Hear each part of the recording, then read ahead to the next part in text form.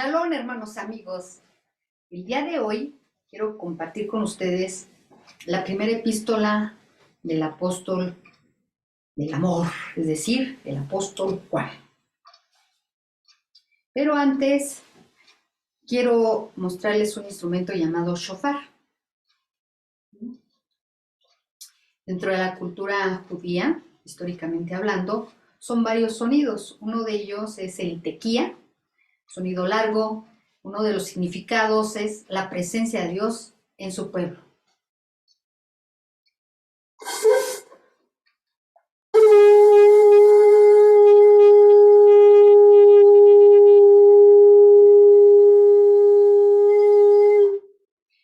Y está en la nota de sol 4, llega hasta un sol sostenido 4. También quiero compartirles una poesía referente al amor. Es de la enciclopedia de poesía evangélica de Daniel Nuño. Eso es amor. Si escucháis el canto de las avecillas, que volando alaban a su creador, inclinad la frente, doblad las rodillas e invitad su ejemplo, porque eso es amor. Si veis a dos seres cogerse de las manos, mirarse a los ojos con tierna emoción, ella confiada, él esperando, es amor primero en ebullición. Si veis a una madre que afanosamente trabaja, contenta por el hijo amado, miradla, incansable, siempre está dispuesta porque es su cariño desinteresado. Si miráis al bosque, si veis las estrellas, si del firmamento quedéis admirados, pensad, ¿quién ha hecho tantas cosas bellas? Y adorad, humildes que es, amor sagrado. ¿Sabed que Dios hizo la naturaleza con sus maravillas y su perfección? La llenó de vida y de gran belleza, porque amaba al hombre, el rey de su creación. Y ahora que tanto el pecado impera y que el mundo se pierde lleno de maldad, Él nos sigue amando, aún de tal manera que quisiera brindarnos su eterna amistad.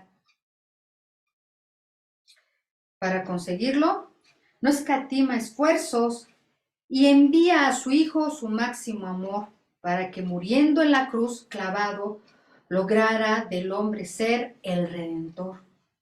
No hay amor más puro, no hay amor más amplio, no tiene medidas el amor divino. Si yo soy la causa de un amor tan santo, Señor, hazme siempre fiel en tu camino. La palabra de Dios, la palabra de Dios. Proverbios capítulo 4, verso 13. Reina Valera, 1960. Retener el consejo, no lo dejes, guárdalo, porque eso es tu vida. En otra traducción dice, aférrate a la instrucción, no la dejes guardada, porque ella es tu vida. O sea, allí empolvada, sino guardada aquí en el corazón y actuarla.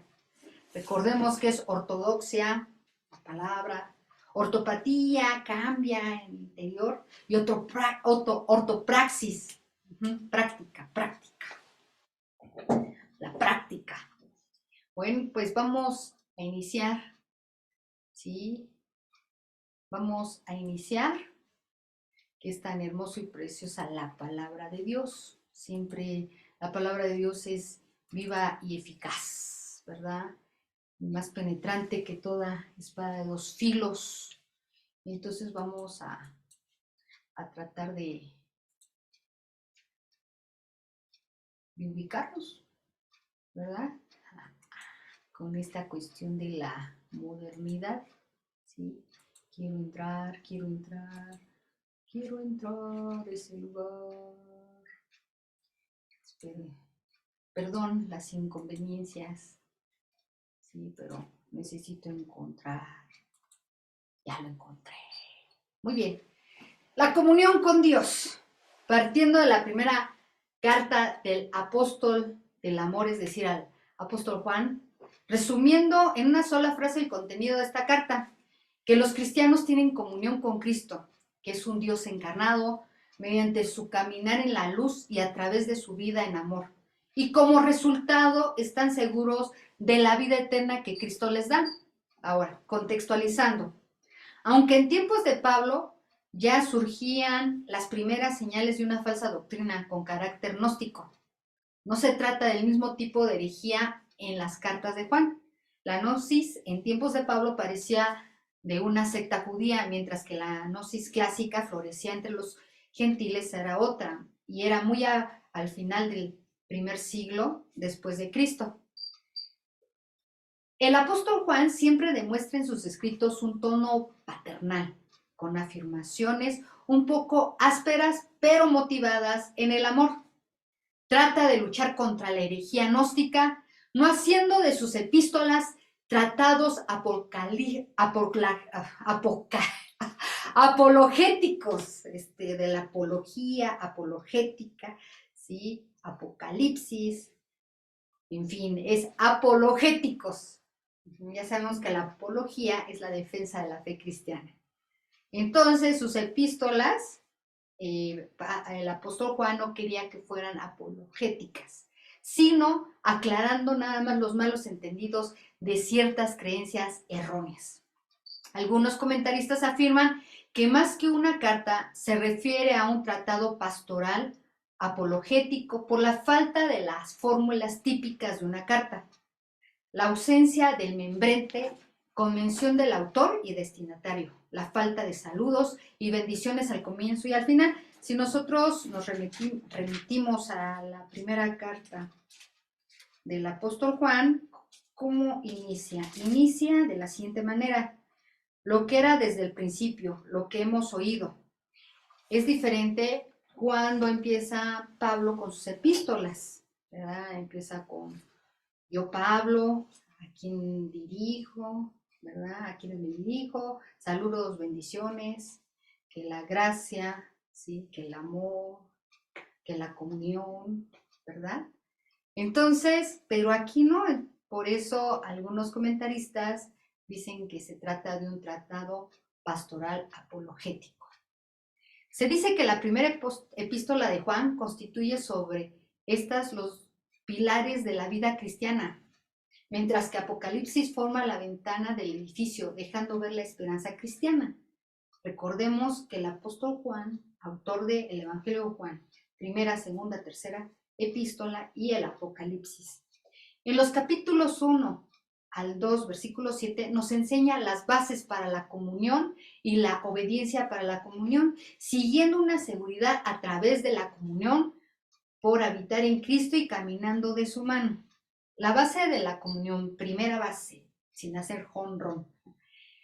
Reina Valera 1995, capítulo 1, verso 3. Lo que hemos visto y oído, eso os anunciamos, para que también vosotros tengáis comunión con nosotros, y nuestra comunión verdaderamente es con el Padre y con su Hijo Jesucristo. Segunda base, Biblia al día. Versículo 9. Si afirmamos que tenemos comunión con Él, pero vivimos en la oscuridad, mentimos y no ponemos en la práctica la verdad. La tercera base da la respuesta.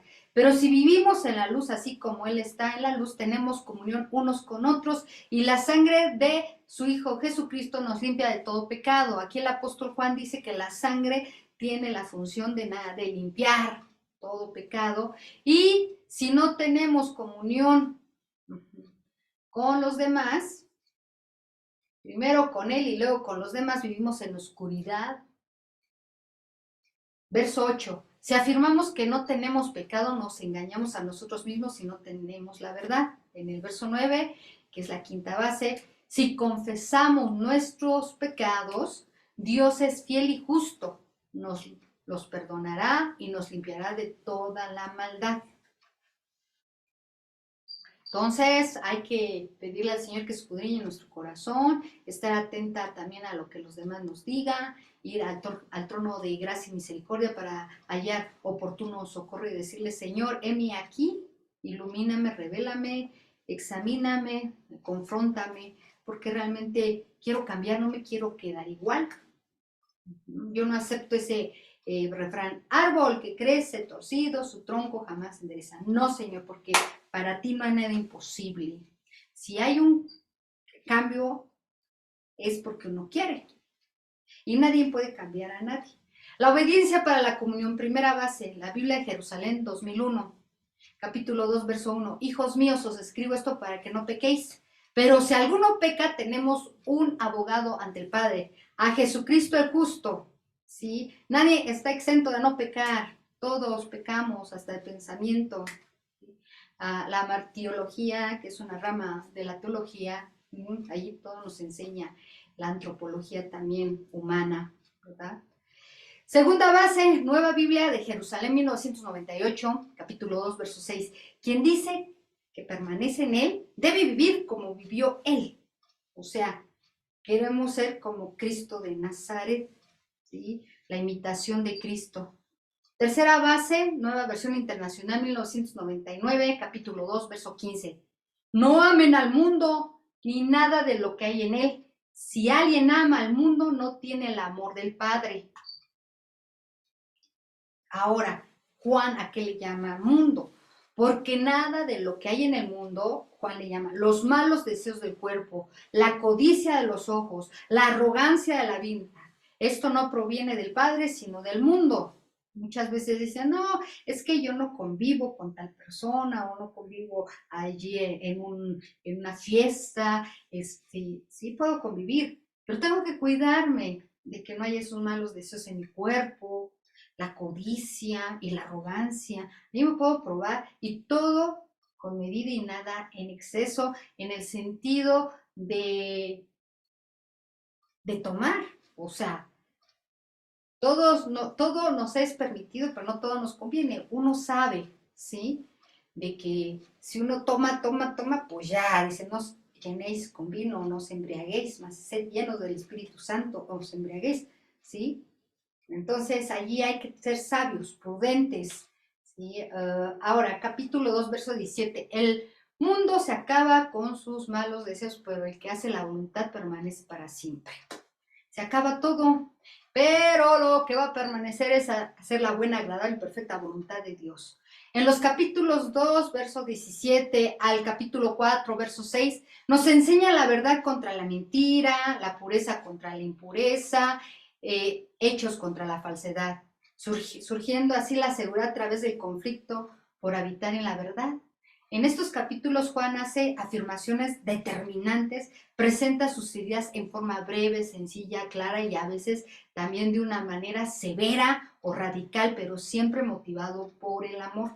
El apóstol Pablo alaba el amor de Dios, pero la afirmación lapidaria, Dios es amor, solo se encuentra en el Nuevo Testamento a través de la pluma de Juan en el capítulo 4, verso 8 y verso 16. Dios es amor. Nueva traducción viviente, capítulo 3, verso 8. Sin embargo, cuando alguien sigue pecando, demuestra que pertenece al diablo, el cual peca desde el principio. Pero el Hijo de Dios vino para destruir las obras del diablo. Traducción del lenguaje actual, capítulo 3, verso 10. No podemos saber quién es hijo de Dios y quién es hijo del diablo. Perdón, podemos saber quién es hijo de Dios y quién es hijo del diablo. Los hijos del diablo son los que no quieren hacer lo bueno, ni se aman unos a otros. Ay, pero es motivado desde el amor. Pablo da esta enseñanza, pero motivado desde el amor. La Biblia al día, capítulo 3, verso 14. Nosotros sabemos que hemos pasado de la muerte a la vida porque amamos a nuestros hermanos. El que no ama, no permanece en la muerte. En Nácar Colunga, la traducción, capítulo 3, verso 16. En esto hemos conocido la caridad, en que Él dio su vida por nosotros y nosotros debemos dar nuestra vida por nuestros hermanos. Eso es lo que está sucediendo en las, ¿sí? Persecuciones. Se andan cubriendo las espaldas. O actualmente, ¿no? Siempre hay alguien que nos cubre la espalda. Amén. Hombro con hombro. Capítulo 3, verso 17. El que tuviere bienes de este mundo y viendo a su hermano pasar necesidad, le cierra sus entrañas, ¿cómo mora en él la caridad de Dios? Entonces, la generosidad. Muchos dicen, es que me voy a hacer viejito y no voy a tener para mi pensión. Nada. Hay que ser generosos de acuerdo a la guía y a la prudencia de Dios, porque Dios es el que provee. Al igual y guardemos todo y nos pase como el que almacenó y dijo, necio, ¿no sabes que esta noche, sí, vendré por tu alma?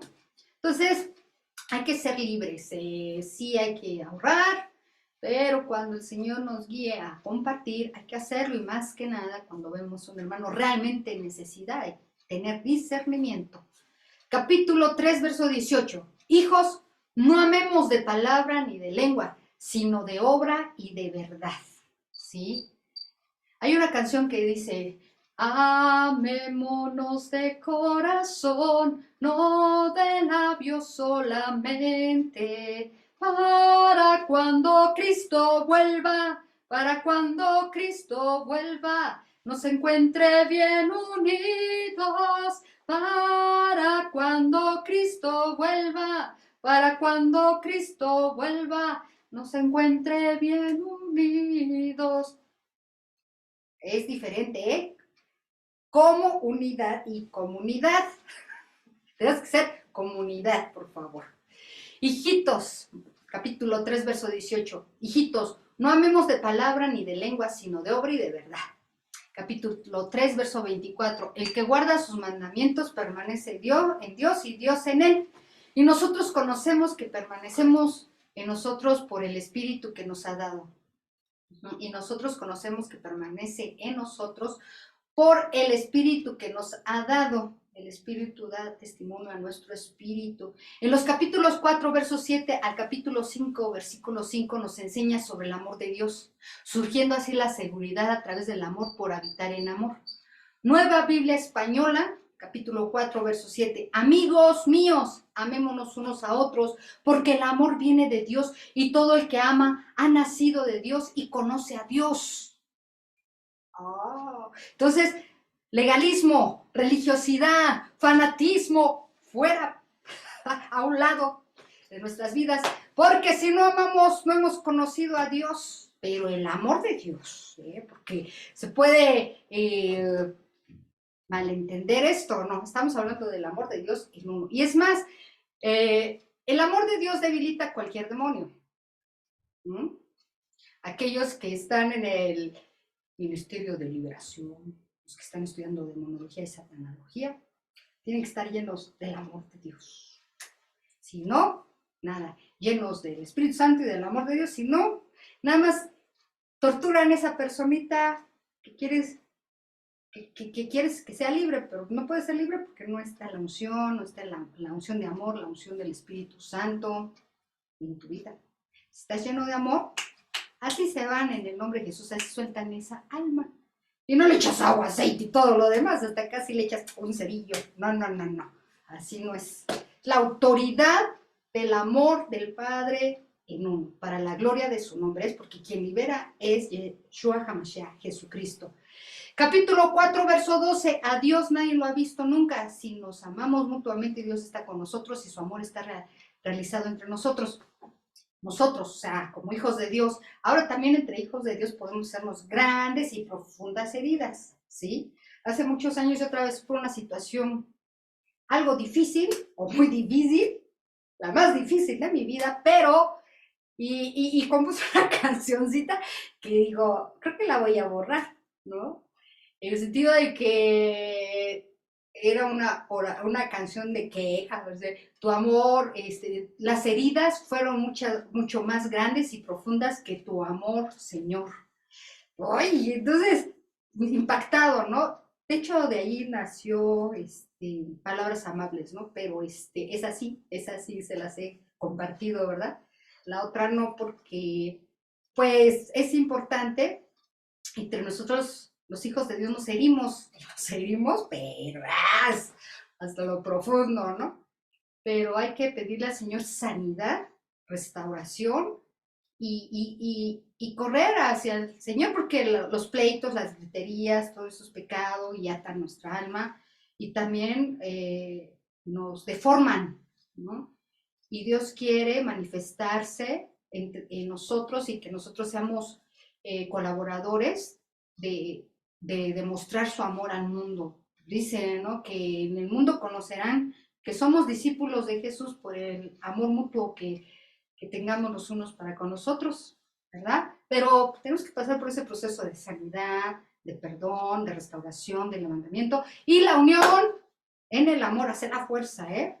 Por eso el enemigo luego anda allí tratando de dividir, robar y matar y destruir para debilitar, porque si hay división, divide y vencerás. O sea, ahí hay una frase que no está nada agradable, que no es nada agradable, y tenemos que estar unidos en el amor, porque Dios derrama de su amor en nuestros corazones por medio del Espíritu Santo. Capítulo 4, verso 18. En el amor no existe el temor, al contrario, el amor acaba echando fuera el temor, porque el temor anticipa el castigo. En consecuencia, quien siente temor aún no está realizado en el amor, ¿sí? Sí es cierto, ¿eh? El amor perfecto echa fuera todo temor. Entonces, hay que meditar mucho esta epístola y llenarnos y hacer la oración, ¿sí? Y experimentar el amor de Dios nos libra de temor en un momento difícil, en una prueba, en un asalto, ¿sí? Que te subas a la torre latino, ¿no? O sea, que tengas miedo a las alturas y en eso te acuerdes del amor de Dios, te da fuerza para vencer cualquier temor. Capítulo 4, verso 19. Podemos amar nosotros porque Él nos amó primero. Sí, entonces, si Él nos ama, recibimos de su amor y entonces podemos amar. Nadie puede dar lo que no tiene. Al recibir su amor nos amamos, amamos a los demás. Y al amar a los demás podemos obedecerle, porque tenemos que obedecer a Dios por amor, no por castigo que nos mande al infierno, que nos vaya mal, sino amar por dice, si me amáis, ¿sí? Obedecer mis mandamientos, y sus mandamientos son no codiciar las cosas ajenas. A veces codiciamos lo que los demás tienen, eso no le agrada a papá Dios. Y si codiciamos, decirle, Señor, te entrego este pecado, yo no quiero codiciar, no quiero envidiar, ¿sí? Y todos los mandamientos que conocemos, si hay algo en mí, si desviado en el sentido de maldad, pues te lo entrego, Señor. Límpiame, purifícame, porque la palabra de Dios dice, bienaventurados los limpios de corazón, porque ellos verán a Dios. El que diga, yo amo a Dios mientras odia a su hermano, es un embustero, porque quien no ama a su hermano, a quien está viendo, a Dios, a quien no puede ver, no puede amarlo. O sea, si dices, Señor, yo te amo, como ahorita cantamos una canción, ¿sí? Te amo, te amo, te amo, ¿sí?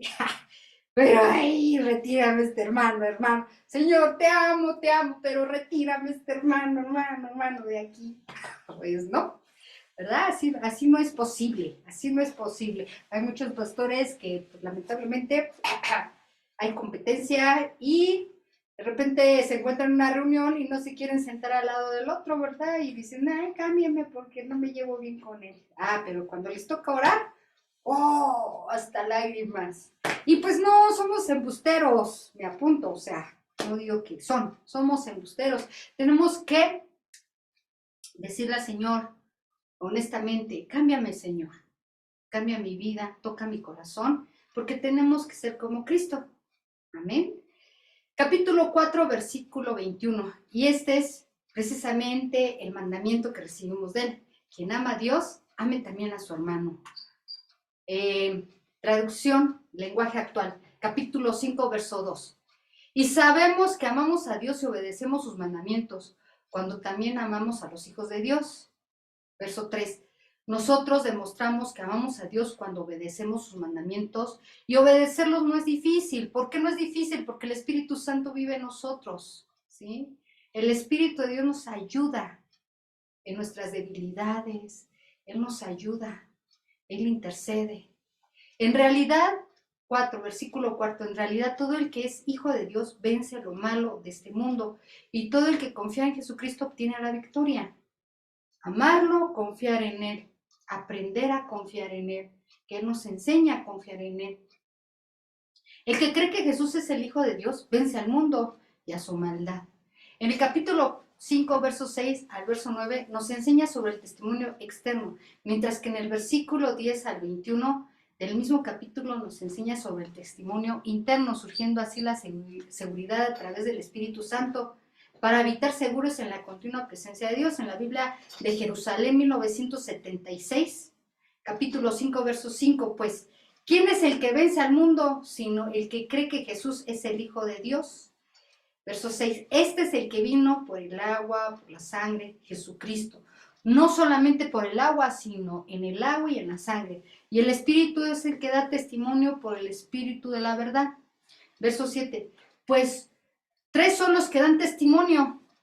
Verso 8, el Espíritu, el agua, la sangre, los 3 convienen en lo mismo. Verso 9, si aceptamos el testimonio de los hombres, mayor es el testimonio de Dios, pues este es el testimonio de Dios que ha testimoniado acerca de su Hijo. Recordemos los versículos 7 y 8 que pertenecen a la coma juanica o juanino.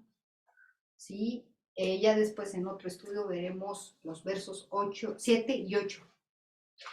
Juan 5:11, este es el testimonio, Dios nos ha dado vida eterna, y esta vida está en su Hijo. Verso 12, quien tiene al Hijo tiene la vida, quien no tiene al Hijo no tiene la vida.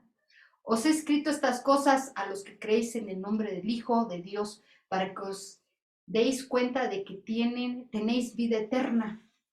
Entonces, las religiones, quien no conoce a Jesús, quien no tiene al Hijo, no tiene la vida eterna. Por eso es importante aprovechar los tiempos de oración, porque el principio del evangelismo es la intercesión, los tiempos de intercesión.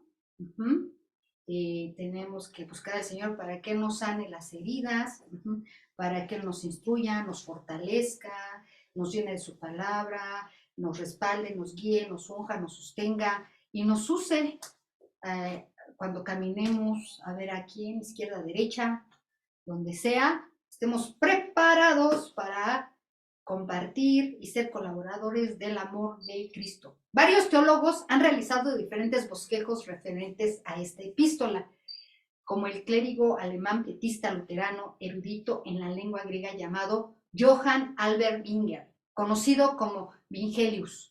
Creyó que cada párrafo de la epístola sobre una persona de la Trinidad está clasificada. Por ejemplo, en el capítulo 1, verso 5 al versículo 10 se refería a Dios Padre. En el capítulo 2, verso 1 al capítulo 3, versículo 24, se refería a Dios Hijo. En el capítulo 4, verso 1 al capítulo 5, verso 12, se refería a Dios Espíritu Santo. El inglés John Stock fue un presbiteriano anglicano inglés del movimiento evangélico en el mundo. Intentó determinar el tema principal del libro, dijo que es la certeza cristiana. Dice que el autor de la carta da una serie de pruebas por las cuales podemos juzgar si poseemos o no la vida eterna. En el capítulo 2, verso 3 al 27 está la prueba teológica.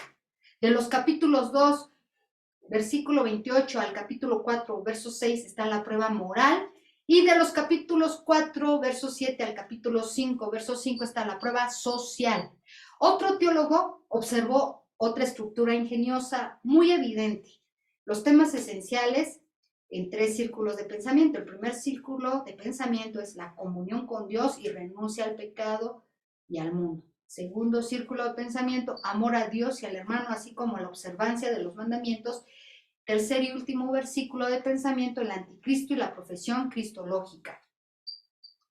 Ahora, podemos concluir que los temas centrales de esta epístola, de esta carta, número 1, la naturaleza de Dios. Número 2, el amor. Número 3, la comunión. Número 4, la vida eterna. Número 5, características del Hijo de Dios. Número 6, la fe radical. La fe radical. Y por último, el anticristo. Bueno, pues hermanos, espero que esto haya sido de bendición, ¿sí? Esta breve enseñanza de la primera epístola de Juan. Los amo en el amor de Cristo. Shalom, shalom.